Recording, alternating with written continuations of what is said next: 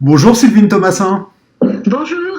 Vous êtes maire de Bondy en Seine-Saint-Denis et vous faites partie des 329 maires de l'Île-de-France qui s'opposent à la réouverture des écoles le 11 mai prochain. Dans une lettre ouverte publiée par la Tribune, l'association des maires de la région parisienne demande au président de la République de repousser cette rentrée à une date ultérieure. Alors, quelles sont les raisons qui vous ont poussé à réclamer ce report? Quand on l'a lancé, on était à 327 ou 324 maires, on était à 387 hier soir. À mon avis, on a dépassé les 400 aujourd'hui. Ça n'arrête pas de se connecter et chez les maires d'Île-de-France et de signer. Donc voilà. Que vous dire? On est dans une région, enfin, rien n'a été préparé. On est lancé comme cela, les maires, de toute façon, dans cet état qui est très vertical, particulièrement vertical depuis 3 ans. J'ai parfois l'impression qu'on est devenus les notaires de l'État. Et encore, les notaires, c'est un mot, pour pas dire les larbins de l'État. Nous, au niveau local, les pieds dans la glaise, les mains dans le cambouis, les maires, toujours, on s'appuie sur les maires. Sauf que la sécurité sanitaire, ce n'est pas une mission régalienne des maires, et que l'éducation, ce n'en est pas une non plus. Hein, ce sont des missions régaliennes de l'État. Donc là, on nous demande le 11 mai d'ouvrir les écoles. Moi, j'ai reçu le protocole sanitaire finalisé, parce qu'on avait réussi par des voies détournées à avoir des brouillons, des martyrs. Je l'ai reçu dimanche à 13h58. J'avais donc devant moi, d'abord dimanche pour le lire, 4 jours ouvrés, de lundi à jeudi inclus, avec les équipes pour faire le tour des 27 écoles de la ville, poser le protocole sanitaire au niveau local. Les écoles sont toutes très différentes. Certaines sont des écoles modèle Jules Ferry avec 100 points d'eau à l'étage et plus de 200 gamins. Évidemment que tout ça doit se poser. Les autres maires d'Île-de-France, on est 1200 je crois, ont à peu près les mêmes contraintes, même s'il y a beaucoup de petites villes, notamment en Seine-et-Marne. Il nous faut plus de temps. Donc, on ne dit pas qu'il ne faut pas réouvrir les écoles. Moi, je suis très choquée vraiment, par le mauvais procès que nous font certains au gouvernement en disant les maires ne veulent pas ouvrir. Mais il y a quand même de la justice sociale, c'est bien, je suis contente que l'État m'apprenne ce qu'est la justice sociale, je pensais le savoir depuis très longtemps. Il y a des enfants qui ont besoin de reprendre l'école. Oui, il y a des enfants qui ont besoin de reprendre l'école. Oui, c'est vrai. Mais pas n'importe comment, pas dans n'importe quelles conditions, alors que le virus va être présent dans ce pays encore pendant 18 mois, si le vaccin n'arrive que dans 18 mois. Donc on a besoin d'organiser les déambulations, le fait que les enfants ne se croisent pas, qu'ils restent à bonne distance, que les enseignants s'approprient les gestes. On a besoin de mettre plus de points d'eau sans doute dans nos cours de récréation. On a besoin de prévoir le déjeuner du midi. On a besoin de prévoir énormément de choses et pour cela, il nous faut au moins 15 jours. Et je crois que ce n'est pas au gouvernement de nous dire qu'on doit tous ouvrir le 11 mai, c'est aux maires, en fonction du nombre d'écoles qu'ils ont, en fonction du nombre d'enseignants également qui vont reprendre. Parce qu'aujourd'hui, on ne sait même pas le nombre d'enseignants qui vont reprendre. Tout à l'heure, j'étais avec l'inspectrice qui me disait que sur la plus grosse école de Bondy, elle va en avoir 2 d'enseignantes, dans une école où il y a 15 ou 16 classes. Donc voilà, tout cela, c'est beaucoup de flou. Et comme dirait mon ami Martine Aubry, quand c'est flou, c'est qu'il y a un loup. Et nous, les maires, on a l'habitude de dire que quand c'est flou du côté de l'État, c'est que ce sont les maires qui vont payer. Donc, on a besoin de temps. Le protocole doit s'appliquer tranquillement. On a demandé même à l'Association des maires de France que le protocole sanitaire national soit atterrisse au niveau local, qu'on l'écrive au niveau local et qu'il remonte à l'État qui nous le validera. Parce qu'autrement, moi, je vois bien ce qui va se passer.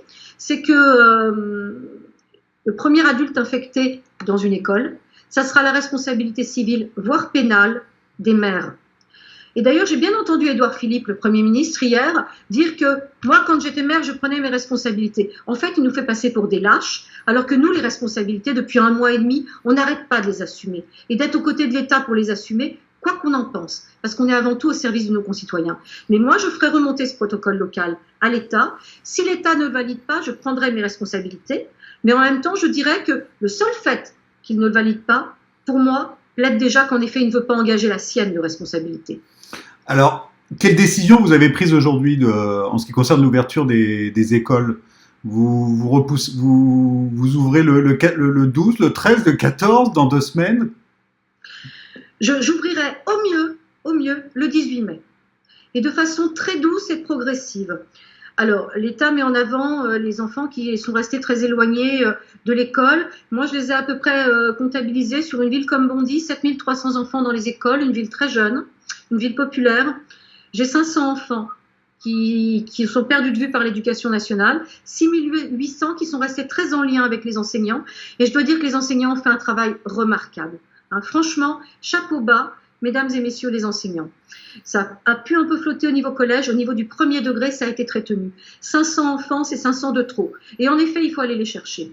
Mais dans le même temps, moi qui connais ma ville, je pense que l'État, même s'il est parfois un peu hors sol, doit le savoir également. On va avoir beaucoup de mal à les récupérer, ces gamins-là, avant septembre. On va tout faire pour les récupérer, mais on va avoir du mal. Les parents qui ont décroché, les familles qui ont décroché, les enfants qui ont décroché avec, jusqu'en septembre, ça va être compliqué. Par contre, quels sont les parents qui vont remettre leurs enfants dans les écoles? Ce sont ceux qui sont dans l'obligation de travailler. Et nous, en Seine-Saint-Denis, à Bondy bien sûr, mais en Seine-Saint-Denis, on n'a pas beaucoup de premiers de cordée, cher au président de la République. On a surtout des premiers de tranchée. Parce que où habitent les ambulanciers, les aides à domicile, les aides-soignantes des EHPAD, les caissières des supermarchés, si ce n'est dans des villes comme les nôtres, en Seine-Saint-Denis. Donc évidemment, ceux-là, surtout quand le chômage va tomber à 70%, ils vont être obligés de retourner travailler. Et donc ce sont ces enfants-là qu'on va accueillir dans les écoles. Et parce que je ne veux pas en effet que mes concitoyens connaissent des pertes brutales de salaire et qu'ils ne puissent plus faire face à leurs charges, évidemment qu'on les accueillera dans les écoles et dans le même temps on essaiera d'aller chercher les plus éloignés. Mais vous voyez, moi ce que je ne voudrais pas, et je pense qu'un journal comme le vôtre peut l'entendre, c'est qu'on crée une espèce de fracture entre les parents, entre les bons parents entre guillemets, qui garderaient leurs enfants chez eux pour les protéger, et entre mes premiers de tranchée qui sont obligés de bosser et qui eux les mettraient à l'école et qui seraient pointés du doigt. Et moi je trouve qu'il y a un vrai risque, et je l'ai dit, je préside la commission éducation de l'AMF, je l'ai dit aux maires qui se sont connectés vendredi il y a 8 jours à notre commission éducation, attention à cette fracture entre les parents, que si l'on n'y prête pas attention, elle pourrait vraiment se consolider, enfin en tout cas se créer puis se consolider. Attention à cela. Alors, la mise en place d'un protocole sanitaire à l'école va induire des coûts, forcément. Comment allez-vous y faire face à Bondy? Alors, Bondy est la troisième ville la plus modeste, la plus pauvre de Seine-Saint-Denis. Sur les 40 villes de Seine-Saint-Denis qui ne sont quand même guère riches en général. Donc, c'est évidemment quelque chose que l'on prend, que l'on regarde avec beaucoup d'attention. Alors, on a appris qu'a priori, une moitié des masques nous seraient remboursés. Bon, moi, tant que l'argent n'est pas arrivé, je reste d'accord, je saurai envoyer la facture, mais bon, j'attends que l'argent arrive. Notre territoire Reste Ensemble, qui est quand même un territoire de solidarité de Montreuil à Pantin, de Pantin à Bondy, le président du territoire a décidé de payer l'autre moitié. Donc, très bien. Ça, c'est pour les masques adultes. Mais on a des masques enfants et il n'y a pas de filière de production de masques enfants. En tout cas, nous, on n'en a pas trouvé. Et donc, on a ce que l'on connaît bien dans les villes populaires, une grande chaîne de solidarité qui s'est créée. Dans nos maisons de quartier, on coupe les masques, on a trouvé les élastiques, les tissus, les molletons, et on livre dans les boîtes à lettres les kits de masques que nous avons une quarantaine de couturières qui passent leur temps, et 2 couturiers, qui passent leur temps à coudre et à monter. Et donc, on en est là à 1150, il faut qu'on arrive à 5000 masques. Mais dans une ville comme Bondy, qui sait ce que c'est que la solidarité, on peut y arriver. Et puis, il reste les écoles. Moi, je ne crois pas que les quelques enfants qui vont reprendre jusqu'au 4 juillet pourront parler à leur enseignant derrière un masque. Ça n'existe pas, ils vont le poser, enfin ça va. Et donc, on a commandé beaucoup de visières, 10 000 visières, on a 7300 enfants à Bondy. Les visières, c'est bien parce que les enfants peuvent se mouvoir, tourner la tête, ils sont protégés, le plexiglas se désinfecte très facilement. Et donc, on a commandé 10 000 visières. Et je dois vous avouer qu'on a un champion, je ne sais pas si vous aimez le football, mais je pense qu'à l'humanité, on aime le football. On a un champion local, international et planétaire qui m'a fait la surprise de me payer, sans que je le sache, hein, j'avais déjà commandé, Kylian Mbappé va nous payer le coût de ces 10 000 visières. Et là, c'est un scoop pour l'humanité, hein, ce que je vous donne. Merci, Madame Thomassin. Alors, on sait aussi que depuis le début du confinement, de nombreuses écoles qui accueillent notamment les enfants des personnels soignants n'ont toujours pas suffisamment de masques, de gants. Alors, craignez-vous que ce manque, au-delà des dons et des soutiens que vous pouvez avoir, que ce manque persiste dans le temps? Alors, nous, on a un centre Covid et puis notre hôpital Jean Verdier qui sont bien fournis, heureusement. On a fait en sorte qu'ils le soient. J'ai encore des médecins et des infirmières libérales sur la ville qui m'appellent au secours parce qu'ils ont du mal à en avoir auprès des pharmacies. Quand je vois le prix que certaines pharmacies font payer les masques, je dis que là, il y a juste un scandale, d'autant plus qu'il y a un certain nombre de masques qui leur ont été donnés. Donc j'aimerais bien qu'un jour, il y ait une enquête là-dessus, ce que sont devenus les masques qui ont été donnés, notamment par la région Île-de-France, avec force déploiement d'élus politiques pour distribuer ces masques, de Madame Pécresse. Donc j'aimerais bien savoir qu'un jour, certains journalistes fassent une petite enquête sur ce qui s'est passé du côté de certaines pharmacies. Pour les écoles, moi j'entends dire qu'en effet, l'éducation nationale pourvoira ses personnels. Et nous, on pourvoira bien sûr les nôtres, les personnels municipaux. Ce que je sais, c'est que depuis qu'on a ouvert 2 écoles à Bondy pour accueillir les enfants du personnel soignant, c'est nous qui avons dû les doter parce que rien n'est arrivé de l'éducation nationale. Donc j'espère qu'au moins qu'à partir du 11 mai, le matériel pour protéger les enseignants, les psychologues, arrivera. Autrement, on sait très bien ce qui va se passer. Évidemment, c'est la ville qui dotera. Mais j'espère que là, l'État tiendra ses engagements.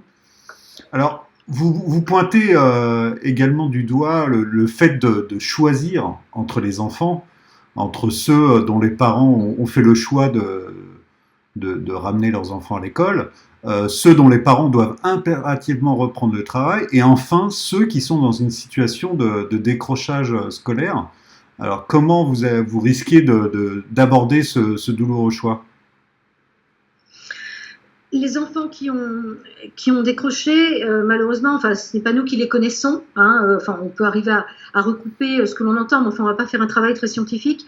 On va essayer de travailler avec l'inspectrice de l'éducation nationale pour que vraiment, si on peut l'aider pour aller chercher ces familles par les associations locales que l'on connaît sur les différents quartiers populaires.